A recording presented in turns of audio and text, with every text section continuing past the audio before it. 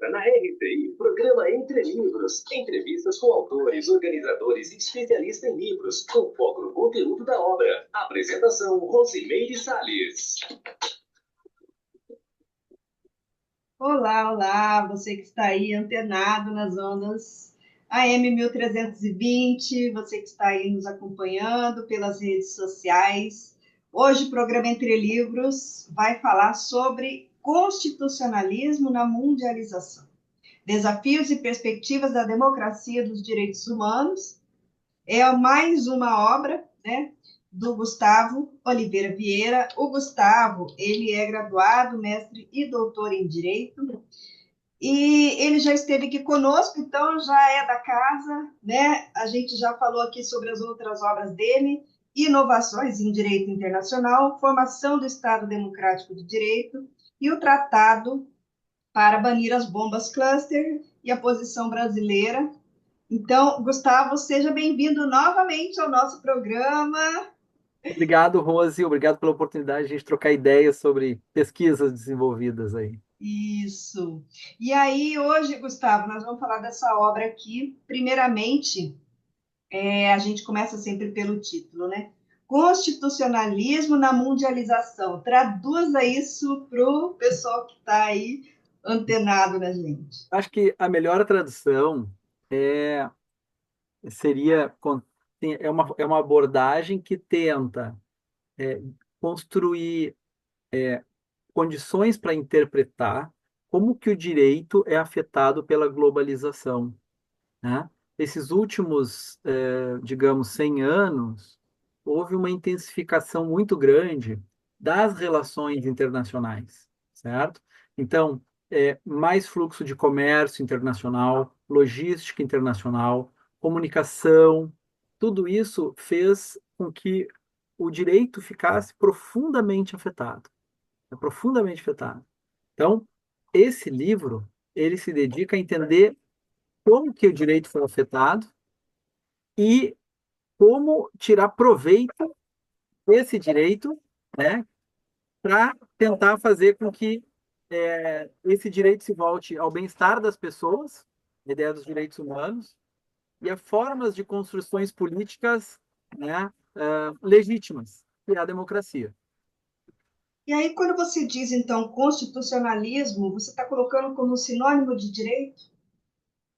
Todas as leis estão na Constituição, é isso? O constitucionalismo, a Constituição, a gente define, né, como o ápice da pirâmide da hierarquia das normas. Ele é o centro do fenômeno normativo dos estados, né? Mas só que o que que começa a acontecer? Então, a Constituição é o que diz como é que é o direito do país. Como é que, basicamente, a Constituição diz assim, quais são as liberdades e como se organizam os poderes, né?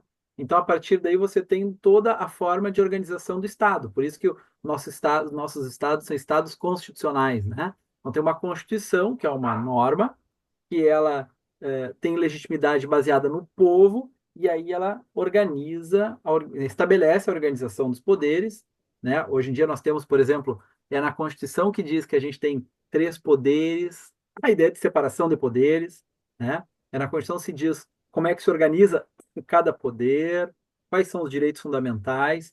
Então, a partir do constitucionalismo é que eu observo esse fenômeno. E aí, Rose, basicamente, o que vai acontecer é que os países começam a entrar em acordos internacionais para pactuar temas de interesse comum. Hoje é muito óbvio falar, por exemplo, de temas ambientais, né? São temas que ultrapassam as fronteiras, mas tem muitos temas de interesse comum, né? Aqui em Foz do Iguaçu a gente pode pensar Tratado da Itaipu, né? Os tratados de delimitação das fronteiras. Então, esse direito, cada vez mais, ele vai cobrando uma adaptação do direito no interior dos países. E ele vai criando uma tendência constitucional que não acontece no Brasil, acontece nos países, certo? De se parecerem cada vez mais. Então, é, então o texto, ele primeiro, né, nesse livro, então, posso contar um pouquinho só da história desse livro, Rose? Né? Esse livro é resultado da minha tese de doutorado, né? que eu defendi em novembro de 2012, lá na Unicinos, né? Eu tive como banca e juristas significativos o meu orientador, José Luiz Bolsa de Moraes, o professor Lênin Luiz Streck, que já estão aí entre os dois mais citados no direito constitucional do Brasil, mas também o professor José Luiz Quadros de Magalhães, de Minas, o professor Campuzano, que é um professor de Sevilha, que apresenta o livro, né? Então, é, era uma banca com 5 professores, o professor Leonel Severo Rocha também, e eles, então, assim, foi um trabalho bem, o trabalho final, ele tinha 404 páginas. A primeira parte eu tirei para fazer aquele Estado Democrático de Direito, a formação do Estado Democrático de Direito. A segunda parte, que é, digamos assim, o sumo da tese, é isto, né? É esse estudo. Que ele começa com uma primeira parte tentando apresentar o fenômeno que eu chamo de mundialização, né? Então, eu conceituo a mundialização como um fenômeno de transformação da sociedade, dos referenciais, né, do nacionalismo metodológico para referenciais pós-nacionais. Então, tudo que a gente, as identidades, os negócios, as pessoas, tudo começa a se tornar cada vez mais fora desse nacionalismo metodológico. Isso afeta profundamente o direito, né? E aí parte dessas transformações, então há uma tendência constitucional que está sendo ditada por aí. Aí eu defino alguns movimentos da mundialização, né, Rosa? Então tem uma primeira parte que é uma dedicado para entender o fenômeno mundialização, desde a abordagem da terminologia, os conceitos, aí a globalização econômica, o fenômeno da integração regional, né? Aí o aspecto das tecnologias de informação, né? Que há uma revolução nas tecnologias de informação, desde a era do rádio à era da internet, né? Há uma compressão espaço-temporal, né? Então, a Primeira Guerra é o momento em que algo começa a acontecer e ser narrado simultaneamente a milhares de quilômetros de distância. Então, esse fenômeno, veja, o Dom Pedro II foi ficar sabendo que os navios haviam sido represados e que o Brasil tinha sido invadido 3 meses depois, né? A gente está falando de um conflito armado de pouco mais de 150 anos, né? Mas há 100 anos atrás, a era do rádio, ele vai transformar essa relação espaço-temporal profundamente. A internet, então, dá uma aceleração para tudo isso. Então, há uma compressão espaço-temporal. Essa compressão espaço-temporal, ela também permite uma transformação de vários referenciais existenciais. As nossas limites mentais, né, que se definem por cultura, né, por horizonte de sentido, língua, comércio, eles começam a ser cada vez mais conectados com horizontes mais distantes, de fato, né? Então, essa possibilidade de estar aqui e estar tocando lugares tão distantes, isso vai acontecer com o direito, né? Porque o direito, Rose, ele é baseado numa relação entre faticidade, né? Entre fatos e normas, né? Eu uso muito um autor que chama Jürgen Habermas, é um autor da terceira geração da Escola de Frankfurt, né? E a teoria do direito dele se conecta assim, entre fatos e normas. Então, os fatos vão moldando o direito, né? E vão guiando o direito para uma adaptação. Então, a formação jurídica nesse livro busca chamar atenção para isso, porque a formação no direito, ela é uma formação basicamente nacionalista. Você mostra como é que é o direito nacional e você vai ter talvez umas 2 disciplinas de direito internacional. Normalmente é uma, mas eventualmente 2 de direito internacional. E você não se conecta com talvez um dos principais centros produtores das tendências normativas contemporâneas, que são as relações internacionais. Hoje, se nós observarmos, né, onde é que eu percebi isso? Onde é que eu percebi bastante isso? Naquele estudo lá da dissertação que a gente falou sobre as inovações em direito internacional, né? Eu comecei a ver que várias normas nossas, várias leis ordinárias brasileiras, elas vinham como mecanismo de implementação de compromissos internacionais do Brasil, que são os tratados, né? Muitos tratados e tudo. Começa a gente ter adaptações no direito processual, no direito penal, novos tipos penais, né? novas normativas em vários, mas não está informado na lei. Por exemplo, o Estatuto da Criança e do Adolescente, mas ele é de 1990. Em 1989, a ONU abre para assinaturas a Convenção Internacional sobre a Proteção das Crianças, 89. Essa convenção, ela tem 193 estados parte, ou seja, quase todos os países que são membros da ONU são membros dessa convenção, né? Então, veja, isso que começa a estabelecer uma gramática comum entre os países para lidar com temas de direitos humanos. Então, um dos movimentos que eu vou colocar entre o processo de mundialização, tem coisas difíceis, tem coisas que são ambíguas, mas tem processos positivos, e um deles é considerar que todo ser humano tem direitos. E isso é uma inovação muito recente. Isso é uma novidade muito recente. Parece tão básica, tão assim elementar, É, parece tão lógico, né, não Rose? é? Parece tão Mas lógico. é aquilo que tem relação com os costumes, né? Os Bastante. costumes vão levando às leis, É, né? E as leis vão levando aos costumes, mais ou menos por é, aí, né? exato, então assim, e claro que isso fica sempre numa disputa, numa tensão, né? Entender que talvez assim, o artigo 5º, inciso primeiro da nossa Constituição, né? Homens e mulheres são iguais, né? Então assim, essa afirmação, ela ainda precisa de muito para se realizar, né? E ela está na Constituição já há décadas, né? Desde 1988 nós consta isso na nossa Constituição. Então, é, assim como essa afirmação, né, a ideia de proteção integral da infância, ela exige a moldagem não só normativa, mas das instituições, dos mecanismos de proteção.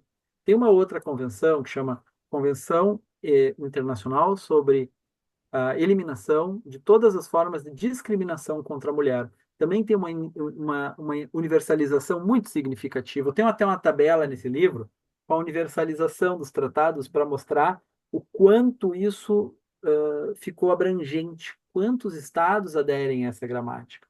E tem que prestar contas perante essa normativa, tem que adaptar a sua normativa perante essa órbita, né? Porque os direitos humanos, e essa é uma afirmação que consta aqui, eles estabelecem uma transição copernicana no direito. Se nós olharmos o direito há 200 anos atrás, a ideia do Código Civil de Napoleão, ele basicamente veio para dar segurança jurídica para negócios.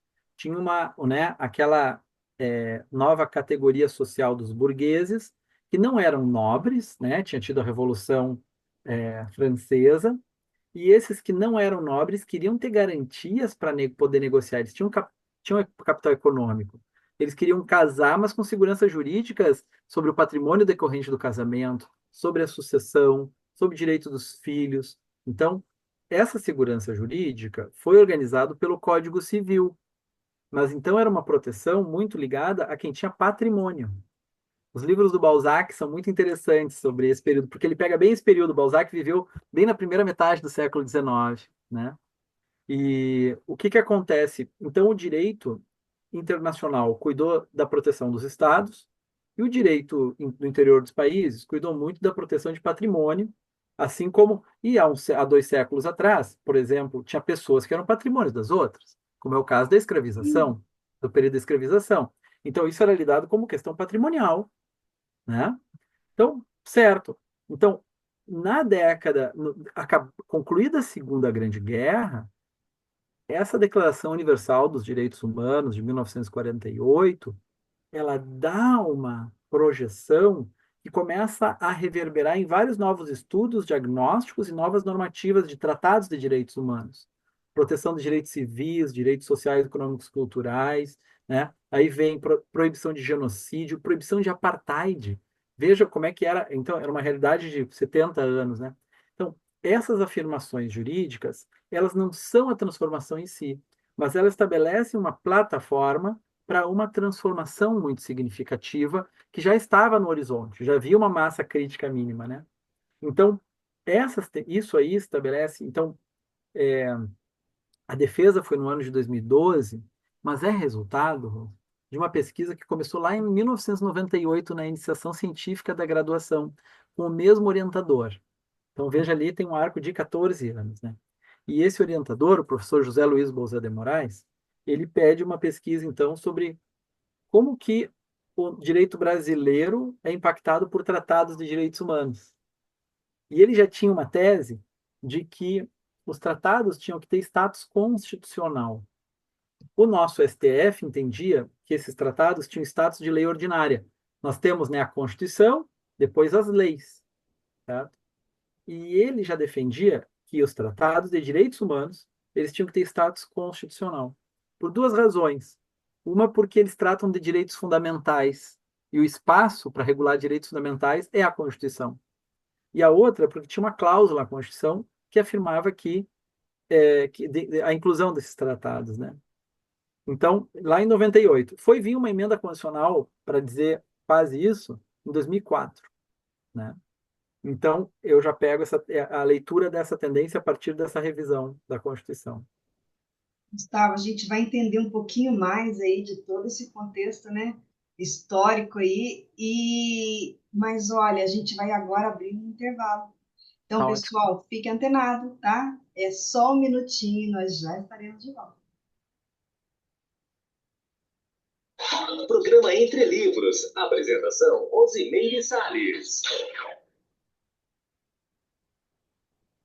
Voltamos a apresentar Programa Entre Livros. Apresentação, Rosimeire Salles. Gustavo Vieira, hoje falando aqui no programa Entre Livros sobre constitucionalismo na mundialização. Gustavo, tem uma dúvida no seguinte sentido. Você trouxe para nós, né, no seu programa, falando do seu livro lá do Tratado de Ottawa, que houve um movimento social, né, por parte da sociedade, que gerou um tratado. Agora você está trazendo que sobre a questão dos direitos humanos, né, houve aí uma organização, né, houve da ONU. Como foi esse movimento que eu estou entendendo não foi social, né? Mas de onde partiu? O Brasil nem se pensava nesse assunto, não é isso? Foi depois, né? Mas para se gerar esse movimento mundial dos países, o que ocorreu? Foi a Segunda Guerra? Qual foi o motivador? O que levou os países a pensar em direitos humanos?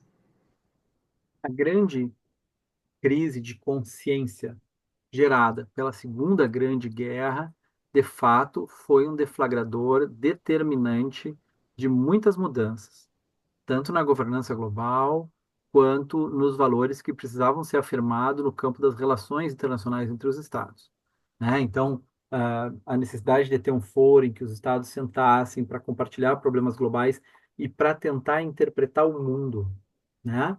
Porque a formação dos estados nacionais ela foi muito importante para criar integração no interior das comunidades. Se nós olharmos a gente estava falando do século XIX, voltamos ao século XIX, né? Os grandes desafios era a comunidade que estava dentro dos países se integrar, né? Começo do século XIX, por exemplo, primeira metade do século XIX. Nem na França todos falavam francês, o francês era o idioma mais falado, né? Então, o Império Austro-Húngaro pegava a Lombardia, Vêneto e impunha, por exemplo, que se falasse o alemão, né? Então, a formação dos estados nacionais ela se consolida no século XX, mas os estados eles olham para si, né? Com a formação da ONU, o que vai acontecer é que nós estabelecemos um outro horizonte para observar o que acontece no planeta e o que acontece com a humanidade, que não existia, né? Simplesmente não existia esse eixo de tentar compreender os interesses comuns e que não necessariamente é para ter um estado mundial, mas é para nós identificarmos que tem pontos que, se nós não trabalharmos juntos, nós não solucionamos. Nós temos problemas que são comuns, né? Então, assim como acontece num bairro, né, que tem o espaço da polis criada lá na Grécia, né, a ideia da polis, né? Então, que vem da política depois, é o espaço do comum, é o espaço daquele que não é nem eu nem o seu, mas é o nosso, né? é o espaço comum. Então, esse espaço criado, a formação da ONU e o papel da ONU, eu acho que é uma contribuição muito significativa para começar a sair desse viés nacionalista, que se tem um papel de proteção que é relevante, tem um papel que é de um egoísmo também, né? Tem um papel que é de um certo narcisismo e às vezes de um ultranacionalismo que também nos levou a guerras, quando esse nacionalismo foi de determinados grupos se confundirem, construírem esse projeto eugenista de um nacionalismo, ultranacionalismo e de querer se colocar como uma raça superior. Aquela experiência da Segunda Grande Guerra foi o que mostrou que não é porque é judeu, ou porque tem uma outra cor de pele, ou porque tem uma outra condição social, que esse ser humano se tornou descartável, né? Essa afirmação de que todo ser humano é titular de direitos, ela promove, de fato, uma transição copernicana no direito. Isso não está consolidado, né? Mas a normativa dos países, ela já reconhece isso, né? A partir da ideia de direitos humanos. Por isso que eu digo, olha, há uma os direitos humanos constrói uma transição copernicana no direito, né? Ele passa a girar em torno, e aí vem a ideia de desenvolvimento humano, vem a ideia de segurança humana, todos os demais vetores do desenvolvimento, dos projetos, da política pública, passa a seguir esse norte, né? Tanto que vem a ideia de Estado que tem que prover saúde, educação, porque muda a razão de ser do próprio Estado, né? Então, a partir daí, passa a se estabelecer certos compromissos ligados às pessoas, que até então não existiam, né? Então, e para promover o bem-estar das pessoas, para cooperar em torno do bem-estar das pessoas. Hoje, Rose, o que a gente observa de muito interessante, parte das fronteiras do direito e da justiça, é questionar, por exemplo, o direito dos animais, né? Sim. Veja que, então, essa transfronteirização, essa transnacionalização, digamos, do direito, né? Então, mais organizações internacionais e mais formas de compreender regiões, estados. Aqui a gente tem o Mercosul, que tem uma normativa enorme sobre vários temas. Aqui a gente tem, por exemplo, muita agenda de cooperação policial internacional, né? Porque a nossa segurança não acaba no Rio, ela tem que ter continuidade. O carro às vezes é furtado aqui, se vai para o outro lado, se não tem cooperação internacional, né? Não resolve. Então, a gente precisa se entender com os demais países para criar soluções. Só que não pode ficar entre Brasília e Assunção. Isso tem que chegar no território onde se aplica. Então, é essa transformação que eu estou querendo tratar. E aí, Rose, a síntese do livro é tentar demonstrar que isso acontece numa dupla face. É uma dupla face dessa transformação. De um lado, vai acontecer uma espécie de constitucionalização do direito internacional, e de outro lado, vai ocorrer uma internacionalização do direito constitucional. É essa dupla face que eu busco demonstrar no livro, apresentar a revisão bibliográfica e como os diversos autores de diversos países estão lendo esse fenômeno. E aí você traz aqui a questão do capitalismo, né? A questão do sistema econômico. Fala um pouquinho aí como é que entra isso. É, assim, a abertura do comércio internacional, né, ela vem com, às vezes, um exercício de um poder real, que não é um poder, né, de alguma maneira, assim, político, mas ele coopta, pode ter um potencial de cooptar o poder político, né, e ele também pode ditar a política, né. Então, a gente tem corporações que têm orçamentos maiores que estados, e isso faz com que essas transformações possam ser mais guiadas pelo interesse do mercado que pelo bem-estar das pessoas ou dos povos. Essa tensão, ela precisa ser mediada, né, por sistemas políticos. E aí, por isso que é importante fazer essa afirmação em torno da ideia de direitos humanos. Porque, é, veja, nessa transformação de um capitalismo transnacional, ela também veio com uma financiarização da economia. E a ideia de que isso só traria prosperidade, ela tem muitos engodos, né? uma forma de trabalho, às vezes, que ela se aproveita, por exemplo, do que nós chamamos, em direito internacional do comércio, de dumping, são formas de concorrência desleal, mas também a gente hoje classifica dumping social e ambiental, que é de, né, aproveitar o custo da mão de obra miserável, a exploração de não ter regras ambientais, para poder tomar fatias de mercado, né, de países que já têm outro tipo de regra. Então, esse é o eixo que eu chamo de globalização econômica, né? E assim, ó, isso acontece de cima para baixo. Então, há uma governança específica dedicada a essas regras de comércio internacional, né, que buscam tentar equilibrar esses eixos do desenvolvimento do comércio internacional. E, enfim, isso vai trazer vários desafios, né? Enfim, essa ideia de nós olharmos mais o ser humano como consumidor que cidadão, isso é um problema, isso é uma deformação das nossas perspectivas, né? De convivência, né? Então, aí nós temos desafios nesse eixo. E aí você traz aqui a questão da altermundialização. Uhum. Traduza. Muito obrigado, muito obrigado. Então, a altermundialização é a ideia de mundialização alternativa, né? Então, eu vou lembrar só um fato aqui que talvez seja mais didático para contar. Quando, né, existe um período no ano, que é no começo do ano, entre fim de janeiro, os líderes globais econômicos se reúnem no Fórum Econômico Mundial em Davos, na Suíça.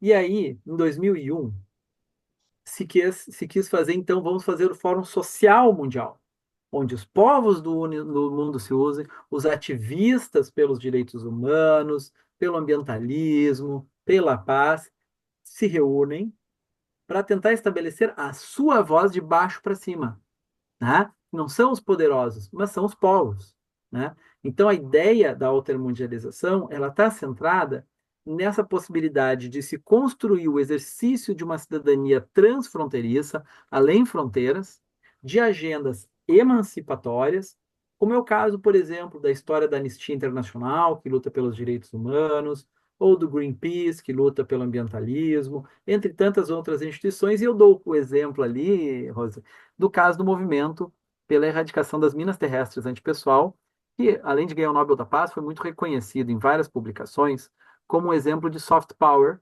de ativismo, né, e de um movimento que conseguiu criar uma norma internacional e fazer valer uma transformação que protegia pessoas, né, em muitos países.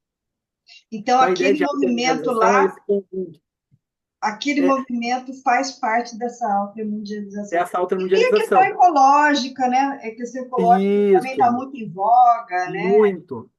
Na verdade, a categoria que a gente utiliza muito como ator nas relações internacionais é sociedade civil global, né? Então, essa ideia de sociedade civil global é tipicamente esse movimento, né? E exatamente isso, o tema ambiental hoje eu acho que é o mais evidente, né? De pessoas que tratam de temas, e não é porque ela está na Inglaterra ou né, ou em Foz do Iguaçu ou em outro país que elas se conectam por causas comuns e buscam atuar, mas ela não é diplomata ou não é política direto, né? Não é um político de carreira, mas ela busca dar voz e construir uma agenda, né, a partir daí. É Então, aquele lema, pensar globalmente, agir localmente, não é isso? Mais ou menos por tem aí. várias palavras, tem várias expressões e palavras interessantes, mas uma delas também é a Ah, ideia de localização, a né? E tu falaste localização, sim, localização, né? Que é a sim. ideia de, realmente, assim, olha, a gente tem que tá entendendo o que está acontecendo no mundo, mas bem ambientado com o que está acontecendo no nosso território e no nosso horizonte, né? Porque com esse entendimento, com essa visão de conjunto, certamente a gente constrói uma prática cidadã cotidiana muito melhor, como mini peça, né? A gente costuma usar também essa expressão, né, Rose? Mini peça, assim. Mas, veja, aquela expressão, eu cito aí, aquela expressão da John Williams, quando ganha o Nobel da Paz, todos juntos somos uma superpotência, né? Eu sozinho nada, mas assim, mas juntos, né? Então, valorizar o papel de cada um, né? na construção do processo, dá valor para isso. Então, essa altermundialização, ela também problematiza ali naquela parte, eu problematizo, porque as relações internacionais que se tornaram muitos centros decisórios, para muitos temas, eles não têm processo de legitimação, não tem democracia nas relações internacionais, né? Então, essa é a forma que a gente deve tentar construir e pavimentar canais para que os povos possam ter voz. Poxa, Gustavo, que máximo isso tudo. Olha, caramba. Vamos É, lá. é, Ah, é um horizonte, né? É um horizonte. Eu tento dar condições para a gente interpretar alguns fenômenos e ver. sim. E tem caminhos para construir efetividade, sabe, Roso? O interessante porque eu sempre estudei esses temas, mas também atuei nesses assuntos, né? E é impressionante como há caminhos para a gente dar uma contribuição. Claro que a gente não vai transformar o mundo, né? Mas junto, em vários lugares diferentes, a gente consegue fazer diferença. E vai mudando a cultura, né? Vai mudando aos poucos, vai mudando, né? A cultura, os costumes, né? Como que a gente já falou aqui. E essa É, mudança, ela hoje é mais acelerada, né? Porque antes levava muito tempo, mas é aquilo que você colocou. Com a comunicação facilitada hoje, é tudo muito mais rápido, né? Os abaixo-assinados, por exemplo, que a gente fazia no papel, e cada um escrevia lá o seu nominho e tal, separava, punha no envelope, mandava pelo correio para as instâncias ali né, de direito. então, Acabou. imagina, hoje tem a avaz.org, né? Que monta abaixo-assinados, assim. A gente trabalhou num, que deu 500 mil assinaturas, sabe? Aí lá na conferência da ONU o pessoal estava dizendo, olha só, tem 500 mil pessoas do mundo que estão com essa posição, né? Isso chama atenção, né? Isso chama atenção. Então, agora tem coisas muito mais impactantes, né, que se faz assim. Então, é importante mostrar esse tipo de ativismo, né, de ativismo, mas é muito importante que a gente também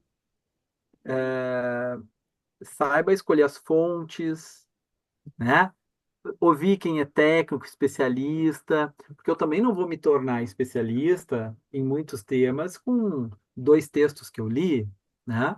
Mas ver como é que as instituições estão ponderando, o que são as instituições mais credíveis, né? Então, tem ONGs que têm uma dedicação técnica muito séria, sabe, Rose? Isso foi algo, assim, que eu tiro o chapéu demais, assim, a gente realmente, sim, baseado em relatórios globais, em estudo, em gente que se dedica, analisa texto, tem formação técnica, então, a partir daí, se a gente soma com esses entendimentos, a gente pode tentar contribuir para que as decisões sejam mais assertivas por longo prazo. Importante também é o senso crítico, não só as fontes, mas o senso crítico de não se deixar influenciar ideologicamente, porque também Uhum. tem uma tendência de se enxergar os problemas por um filtro, né, ideológico, e aí todas as ações elas têm esse filtro. E na hora que Só que, você sem mantém uma dúvida. isenção e você vê todos os vieses, todas as vertentes, todos os olhares diferentes É, sobre aquilo, fica mais fácil de você tomar uma decisão e de você se engajar em alguma coisa, né? perfeito, o que um professor da banca é o Lênin Streck, né? O Lênin sempre tem uma problematização sobre as decisões judiciais.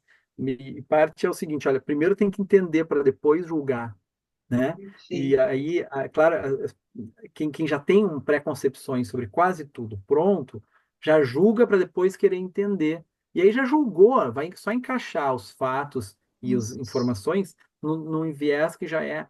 Então, esse abertismo é condição de possibilidade para a compreensão, né? E a compreensão, assim, o entendimento é o que vai nos permitir um discernimento, né? Discernir, triar, e é sempre um passo atrás, sabe? Tem um outro elemento nesse caminho todo que às vezes a gente também conseguir se olhar no espelho e fazer uma autocrítica das próprios preconceitos, das próprias preconcepções, né? Que a gente vem de algum lugar que tem tem um padrão, né? De formação, de pensamentos, né? E isso tudo também cria uma forma de nós olharmos o mundo, né?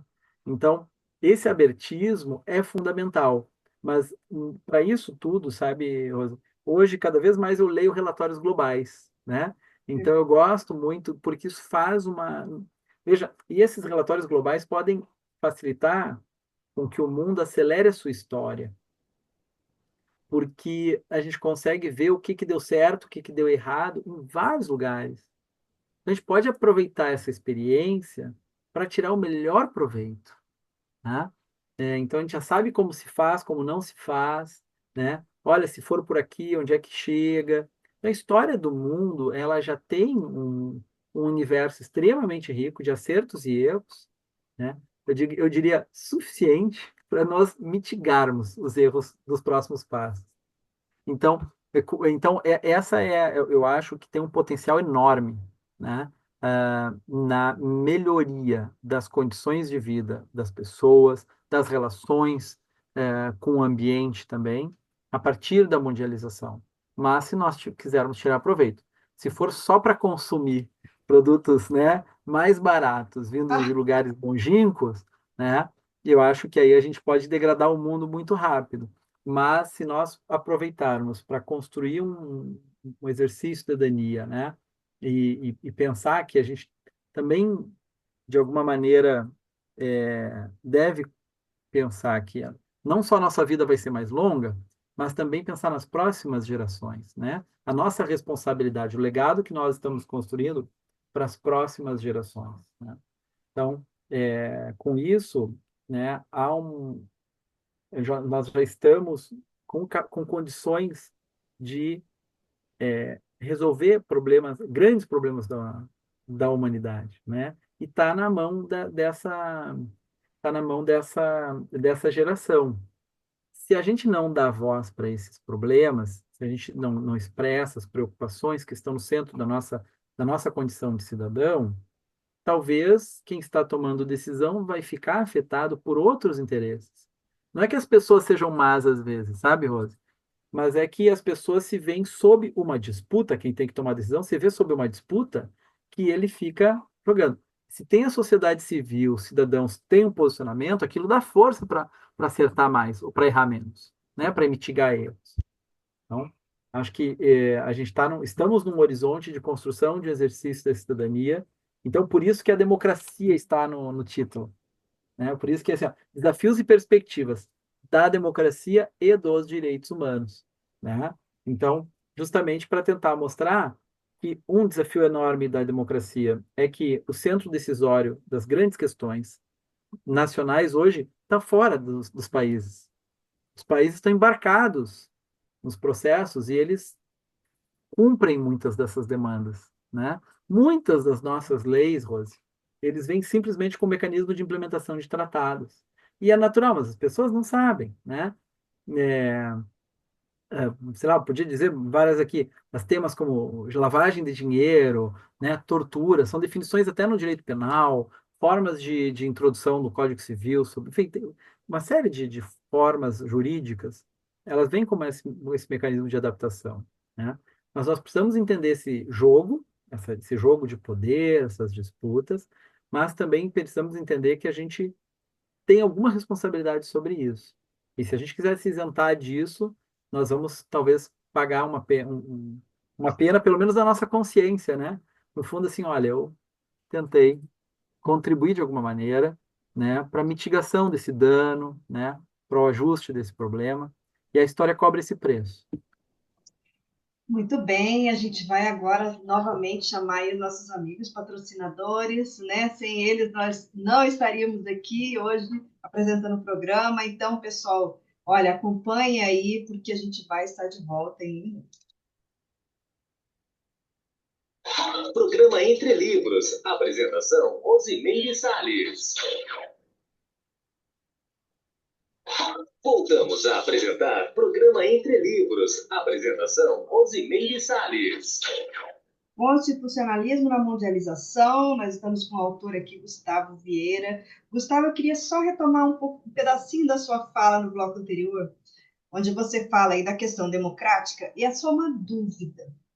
Na ONU, nesses grandes acordos internacionais, como fica a participação dos países que não são democráticos? Eles estão engajados, eles não estão engajados? Como que é? Porque nem todos são democráticos, né? Alguns Não, se dizem, mas tudo bem.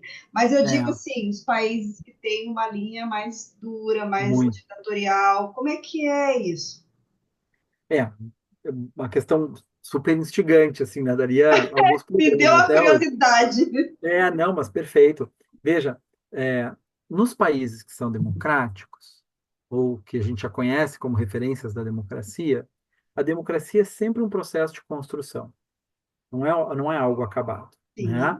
Sim, Então, e ela envolve, eu posso citar dois autores que trabalham com qualidade esse assunto, por exemplo, o Jürgen Habermas, né, que tem uma teoria sobre direito e democracia, que é um alemão. Mas tem um autor italiano, por exemplo, Luigi Ferrajoli, né, que toda a teoria do direito é entre direito e democracia. E eles olham a democracia a partir de um duplo viés: o processo decisório e os procedimentos, em que a gente vai lá e elege alguém, ou pode ser eleito, né, os processos decisórios, mas que a gente chama de democracia procedimental ou formal, e um outro aspecto, que é a ideia de democracia material ou substancial, que as pessoas, que é o bem-estar gerado por aquela comunidade, ser adequadamente democratizado, distribuído, né? Que tem a ver com direitos sociais. Então, veja, se resolve se as pessoas puderem votar e morrerem de fome, ou não terem nenhuma condição de acesso a direito à saúde, por exemplo, ou não terem acesso à escola e educação. Então, esse duplo aspecto é que se olha sempre a democracia na perspectiva contemporânea, né? Na perspectiva, se nós nos detivéssemos a pensar a democracia apenas à luz, por exemplo, né, da experiência grega, né, dos antigos, nós pensaríamos em procedimentos, né? Apenas, né? Mas não é procedimento. Democracia, na concepção que eu adoto, não é apenas procedimento, não é apenas um procedimento. Ela tem uma dimensão substancial. Então, eu menciono um livro de literatura para falar no conceito quando eu problematizo o conceito de democracia. Tem um livro do Érico Veríssimo chamado O Prisioneiro, que ele, na verdade, está criando um dilema lá ligado à Guerra do Vietnã. E aí está uma professora conversando com um coronel, né? E aí eles falando que estavam levando a democracia, e aí a professora responde assim: a democracia, essa deusa de mil faces, mas que ninguém conhece a sua face verdadeira. Isso para dizer que a democracia é algo, né, que não existe assim, né? Existe um caminho, existe o que a gente sabe o que não é, por exemplo, né? Ou como aperfeiçoá-la, mas ela é sempre um processo de construção. Nesses países, as coisas já não são tão fáceis, né? Mesmo nesses países, mas a gente percebe um avanço sistemático no acesso a direitos, por exemplo, né? Vou dar dois fatos aqui no Brasil só para mostrar isso. Nos últimos 30 anos, nós reduzimos para um terço a mortalidade infantil e aumentamos em 10 anos a expectativa de vida, né? Isso mostra que muitas políticas públicas estão sendo realizadas em favor das pessoas e das populações que provavelmente mais precisam, né? Então, podia ser melhor, podia ter mais coisa. São dois fatos que mostram consistentemente, né, que tem mais saúde, pelo menos. Então, nesses países as coisas já não são tão fáceis, apesar de nós podermos ler progressos. E, assim, há uma gradual abertura dos países a certas responsabilidades, né? Seja na ótica trabalhista, e essa gramática dos direitos humanos, ela vai sendo colocada, embarcada em quase todas as negociações. Então, por exemplo, nos temas de comércio, né? O país não quer entrar na agenda de direitos humanos, mas o comércio cobra ele em compromissos com os direitos humanos, né? Os acordos bilaterais. Então, vai havendo um mecanismo que vai dando, vai evidenciando, e muito quem aponta o dedo nesses espaços, sabe, Rose, é a sociedade civil, porque os diplomatas não vão se indispor com o outro país, porque isso pode cobrar um preço num outro lugar. num outro foro negociador. Mas quem aponta e mostra a fratura exposta, monta relatórios mostrando as graves violações de direitos humanos, em regra, é a sociedade civil, né? Então, a partir daí, vai se tentando mostrar se às vezes não é por compromissos normativos, mas por um mal-estar ético, por um constrangimento, né? Para, a partir daí, os países tentarem se responsabilizar, né? Então, nós temos enormes desafios, mas parte desses desafios, eles vão sendo, é, eu diria assim, ajustados na medida em que as relações vão se construindo e elas vão colocando junto as preocupações com os direitos humanos, preocupação com questão ambiental, né? A preocupação que não existe, por exemplo, há séculos atrás, qual era a preocupação com o bem-estar animal, né? Hoje as pessoas, mesmo que, né, tem gente que não come carne por opção para bem-estar animal e tem gente que come, mas assim, não, mas eu quero, não quero que esses animais passem por, né? Então, determinadas condições, enfim. Então, tudo isso, mesmo se isso se faz com os animais, com as pessoas também, né? Então, isso é mais gradual, isso é mais lento, mas vai chegando. Nós observamos que há uma melhoria gradual. Eu posso te colocar alguns exemplos, né? Mas eu falei da mortalidade infantil. Nós podemos observar em mecanismos de proteção, por exemplo, para crianças, a equidade com relação à realidade das mulheres. Tem um tema que hoje tem uma mobilização importante, que é a comunidade LGBTQIA+, enfim, né? É, o número de uma parte importante de países estabelecia como crime, inclusive com pena de morte, se a pessoa tinha, né, uma condição diferente do que era considerado padrão na sua orientação sexual ou na sua identidade de gênero.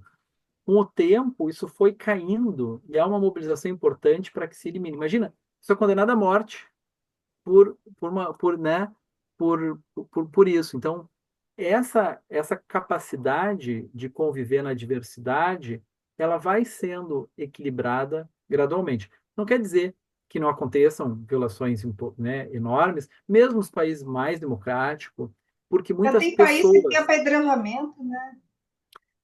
ainda tem, veja, ainda existe partido político nazista, né? Em países democráticos, né? Então, esses movimentos, eles não acabaram, né, Rose? Eles não acabaram. Esses processos, e isso ainda está na mentalidade de muitas pessoas. Ainda que, para nós, isso seja ilegal no Brasil, né? Mas há países que têm esse tipo de movimento e que isso é considerado. Então, entender que nenhum ser humano é descartável, que é a mensagem central da ideia de direitos humanos, e isso ser trabalhado sistematicamente na ONU, não quer dizer que isso se tornou o centro das agendas, mas é um caminho para que isso seja colocado no diálogo, isso passo a passo vai contagiando, né? Tem país que as crianças se casam, né? Então, é, Então, assim, tem questões que nós consideramos assim verdadeiras aberrações em termos de direitos humanos e é, que eu vou te contar que tem muitos fatos que, se nós fizermos vasculharmos, né, acontece em todos os lugares, lamentavelmente, né? Falou da situação de crianças, acontece, ainda acontece em menor proporção, com mais constrangimento social, talvez, com potencial de responsabilização penal, né? Mas onde nem as instituições têm esses compromissos é muito preocupante, né? Então, eu percebo assim, veja, esse é um entendimento muito importante, né? Nenhum ser humano é descartável, todo ser humano é titular de direitos, por ser humano, ponto. E o racismo continua, mas a gente tem que trabalhar, né? Essa é a tarefa de todas as instituições. Então, a partir daí, é que a gente espera, né, que essas sociedades vão se tornando cada vez mais equitativas. E olhar esses fatos com o realismo que ele precisa ser olhado. Então, não é uma perspectiva de olhar assim, olhar para a utopia e pensar só né, lá em cima, mas é tentar compreender a realidade social de modo bem concreto e palpável e ver que condições nós precisamos aportar para que isso se transforme, né? Então, não é com o olhar de um sonhador, mas é de alguém que tem uma utopia realista, né? E aqui, Rose, eu acho que parte de uma mensagem que tem nas considerações finais também é, fazer uma crítica, às vezes, a um realismo que é estagnador, sabe? Porque a gente vê assim, não, mas todas essas palavras, todas essas normas, elas não servem de nada, porque veja o que que acontece. De fato, tem muitos problemas graves e graves violações acontecendo ainda e sendo banalizadas, né? Mas isso não pode ser uma razão pela qual eu me abstenha de agir, né? Porque isso pode ser uma boa desculpa para a pessoa que quer continuar sem fazer nada e dizer assim, isso é só uma idiosincrasia do sistema, diz isso e se faz isso. Não, há transformações muito importantes acontecendo gradualmente. Nós estamos no ano de 2025. No ano de 2024, no final do ano de 2024, saíram duas matérias muito interessantes, né, publicadas no Brasil. Uma foi a redução significativa de gravidez entre adolescentes de 19 a 10 anos. E mais significativa ainda em meninas abaixo de 14 anos, em todas as regiões do Brasil, né? Então, veja, as instituições estão funcionando, algo de positivo está sendo entregue. Houve um aumento de saneamento básico no Brasil, né? Numa proporção assim inimaginável, de mais de 200%. Então, veja, são condições para a saúde pública, né? Então, isso mostra, por mais que a gente veja fatos ruins todos os dias, que há razões para a gente tentar dar a nossa contribuição, porque de fato todos juntos somos uma superpotência. Há algo que está sendo construído por longo prazo que é muito melhor que o espaço que nós tínhamos no passado, né? Essas expectativas assim, o passado guarda uma vida melhor, as pessoas melhores. Não. Se nós formos ler e pesquisar, a gente vai ver que não é bem assim. Gustavo, é isso que você está trazendo lá no constitucionalismo pós-nacional? Então, a gente tem muitas expressões para ler o fenômeno, né? Ah, Tem muitas expressões. E aí, o pós-nacional, eu acho que é o que melhor define essa realidade. Ele não é ainda global, né? Ele não é ainda, mas ele tem uma abertura que vai além do nacionalismo, né?